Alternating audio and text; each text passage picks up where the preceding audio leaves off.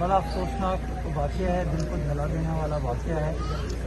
जो होना था वो तो हो चुका है, लेकिन आगे के लिए आपको मनसूबाबंदी करने की ज़रूरत है। इस सिलसिले में जो इदारों को काम करने की ज़रूरत है वो काम उनको करना चाहिए, क्योंकि उसके साथ साथ जो फैक्ट्री मालिकान हैं उनको भी ये सोचने की ज़रूरत है कि वो इंसानियत की खातिर, चंद पैसे बचाने की खातिर जो अपनी तालीम लगा देते हैं, हर जगह दरवाज़ों को बंद कर देते, खिड़कियों को खुलवा देते हैं या फायर एग्जिट नहीं बनाते, ये भी गलत है। तो मैं समझता हूँ जहाँ सरकारी इदारों को अपना काम करने की ज़रूरत है, उसी तरीके से जो फैक्ट्री के मालिकान हैं उनको काम करने की ज़रूरत है।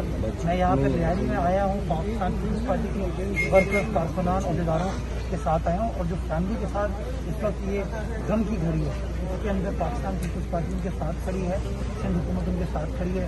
बिलावल भुट्टो जरदारी साहब कल से रेगुलरली मुझसे बात करते रहे, मैं उनको अपडेट देता रहा। अभी सिंध हुकूमत ने फौरी इनकी किफ़ालत के लिए 10 लाख रुपये फीकस इमदाद का ऐलान किया, ताकि इनका ख्याल रखा जा सके, इनको लुकाफर किया जा सके।